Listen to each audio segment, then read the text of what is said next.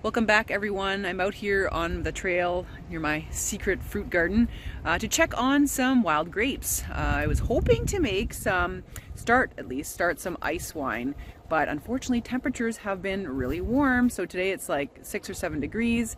I'm just out here in between little rain showers. So not really what I want today. I want to harvest them frozen. Let's take a look at the Nature's Grocery Store. So as you can see here, lots of wild grapes still on the vines, and you can tell got this nice little vines there. You know, it's not Virginia creeper or nanny berry or anything like that. It's just nice, beautiful grapes. As you can see, they're not frozen. So when we harvest harvest grapes for ice wine rather, you want to harvest them frozen and press the juice out of them when they're frozen to like little ice crystals of juice, basically. So we're not going to harvest them today, but I want to show you the difference of what they're doing on the vines right now. So as you can see, the wild grapes right now are really shriveled up, and they are drying out as they've been on the vine now for quite some time. And what this does to the grape is it really concentrates the grape juice in there. It makes them super duper sweet.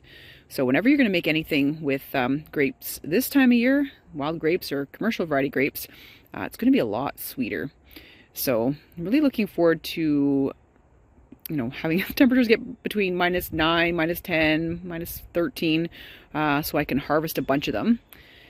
The birds have had a few of them on the vine, but as you can see, there's plenty left on the vines throughout here for me. Probably only going to make a bottle of ice wine, or attempt to make a bottle of it. So all throughout here, there's lots of great wild grapes. The wild grapes are really healthy for you. They are a little bit more tart than you're used to with table grapes and things like that, but they're super high in some B vitamins, specifically B1, B6, and also vitamin C. They're also pretty, they have a good level of potassium in them as well. And of course, antioxidants, which are really good for the body. When I eventually make the ice wine, I'm going to go through the process with you guys. I'm going to make a very small batch, because obviously I don't have a ton of them on this trail, but we'll wait till it gets a bit colder to harvest them. Oh yeah, mother lode. All right, this is where I'm coming back. Look at all these. It's further down the trail. So yeah, you know what? I'll be able to make a decent amount. Let's look over here. There's another berry that I wanted to harvest a little earlier in the season, but I was kind of sorely disappointed when I tried them out a little bit earlier in the fall. Remember I showed you guys a huge shrub of high bush cranberry back when we were on the trail a bit earlier. Well, I've got bad news. It's the European variety of the high bush cranberry, so it tastes really awful. The taste is nasty. It's like nothing you ever want to taste. It was so gross. So I was so excited. I had shown you guys this big shrub like full of the high bush cranberry. I was gonna make some nice high bush cranberry juice or whatnot with it, but no can do. This is the European variety, not the native variety of high bush cranberry. So back to the drawing board. Thankfully I planted a bunch of it at the cabin, and I'm hoping in time it'll grow up to be a really nice big shrub and I'll be able to harvest my own. For now I have to go deeper into the wilds to find it, or wait for those bushes to mature at the cabin. Now isn't that a pretty November sky? Looks like the rain will be coming soon. It's such a nice day to be out here, but it always makes me sad that it's a bit too warm this time of year. I don't know what it's like near you guys, but this is not usual for it to be this warm, to have this kind of heavy rain and kind of on frozen ground as well, which is not good. Flooding obviously has increased. And I don't know if you guys know about Western Canada. We've had huge floods out in British Columbia. I feel so bad for everybody out there. I know there's one farm, saffron farmer, is going to be one of the biggest saffron farms, I don't know if it's all of Canada or wherever. Also is a blueberry farmer, and underwater. So tragic. $300,000 of bulbs for the crocuses that produce the saffron under feet of water. So very sad time for a lot of people out west. My thoughts are with you guys. And then of course supply chain interruptions, and people's livelihoods been severely disrupted due to that. So just terrible times. I mean, I definitely see the impacts of climate change, when I'm doing my foraging. Maybe you guys saw on my Instagram that I was actually foraging for wild leek seeds recently, and ended up basically finding some wild leek emerging from the soil. Typically I see them emerging in the spring when the ground has thawed out, and now it looks like, because we've had such a warm fall, they're starting to emerge now, and the little leaves are out about this far in the ground and definitely taste like wild leek. Oh boy, so that's not good. I don't know what you guys are seeing in your area. I'm always curious to know what things have changed. I know when I'm at the cabin I do a little bit of journaling. I always make notes of things, birds that stay later, birds that come earlier. Right now we have a snowy owl eruption around here, signaling most likely a shortage of prey in the far north. Either that or they've had a bumper season, and there's just not a lot of prey for them up north, and so they had all the younger birds are coming down south. I don't know. So it's a little bit alarming for sure, these kinds of changes. So I guess we're going to have to see what this winter brings. Will it stay this warm? Will our foraging season be extended for the the berries and the nuts and all that kind of stuff in the next 20 years? We'll find out. I suspect we are going to be seeing a warming planet. This is going to be something that's going to continue, and we're going to have to adapt to it or we won't survive. There's a winter bird. There's a junco. Speaking of birds, it's nice to see them around. We still have geese here though, which I find kind of weird. Usually the geese, they're flying south by now.